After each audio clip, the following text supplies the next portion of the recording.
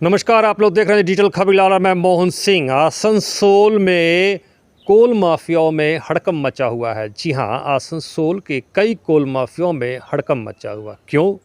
क्योंकि जयदेव मंडल जो कोल माफिया आरोपी हैं, कोल माफिया जिसको बोला जा रहा है, जो आरोपी हैं कोल स्कैम के, कोयला घोटाले के इस क्षेत्र के, वो गिरफ्तार हो चुके हैं। जी हाँ, जयदेव मंडल गिरफ्तार हो चुके हैं और इस जयदेव मंडल की गिरफ्तारी के बाद कई कोल माफियाओं में हड़कंप मचा हुआ है।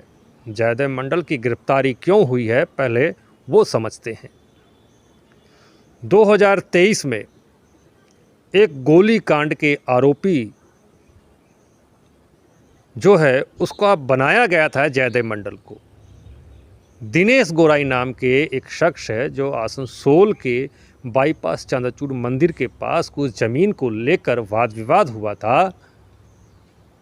कौन इलाका दखल करेगा, इसको लेकर आरोप है कि दिनेश गोराई के ऊपर जयदेव मंडल ने ही गोली चलवाई थी। इसकी लिखित शिकायत हुई थी और पूरी जो इसकी तहकीकात है, तहकीकात करने के लिए सीआईडी को जो है पूरी जिम्मेवारी सौंपी गई थी। सीआईडी कई दिनों से जयदेव मंडल की तलाश में थी, लेकिन जयदेव मंडल सीआईडी के हत्थे नहीं आ रहा था। इस दिन सीआईडी ने जयदेव मंडल को गिरफ्तार किया और कोर्ट में, आसनसोल कोर्ट में पेश किया और कोर्ट ने जयदेव मंडल को 4 दिन के लिए सीआईडी की हिफाजत में दिया है।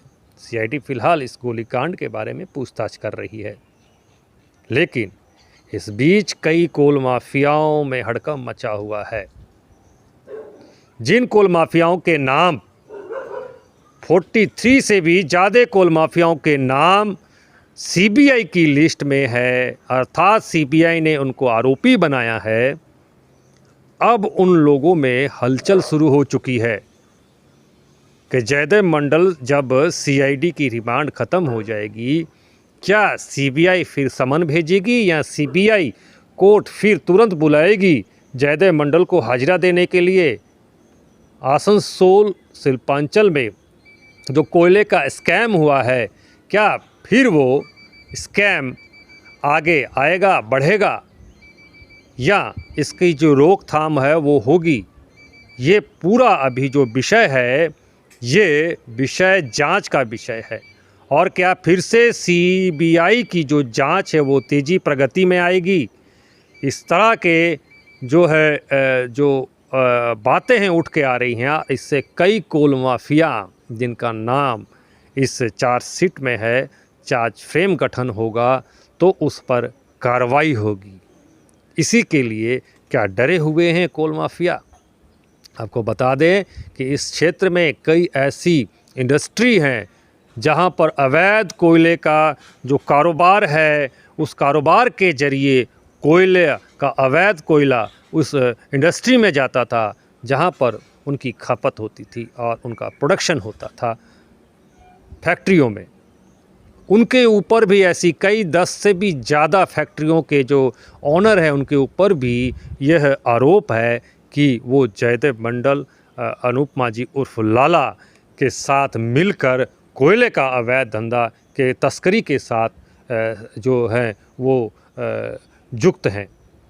अब प्रश्न उठता है कि क्या इस सीआईडी की धरपकड़ के बाद सीबीआई आएगी रेस में, सीबीआई भी तुरंत समन जारी करेगी जयदेव मंडल को और नारायण खड़गे को, जो कि इसी जयदेव मंडल ने अपने स्वास्थ्य का, और नारायण खड़गे नाम के 2 शख्स हैं जो उस समय पेशी नहीं हुए थे।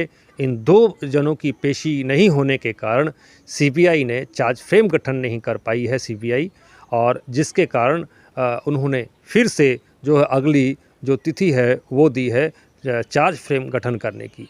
अर्थात अब इन्होंने हवाला दिया था अपने स्वास्थ्य ठीक नहीं है, लेकिन अब जब सीआईडी ने जयदेव मंडल को गिरफ्तार कर लिया है, क्या सीबीआई भी इस पर पहल करेगी या फिर इसमें कोई और राजनीतिक राज है?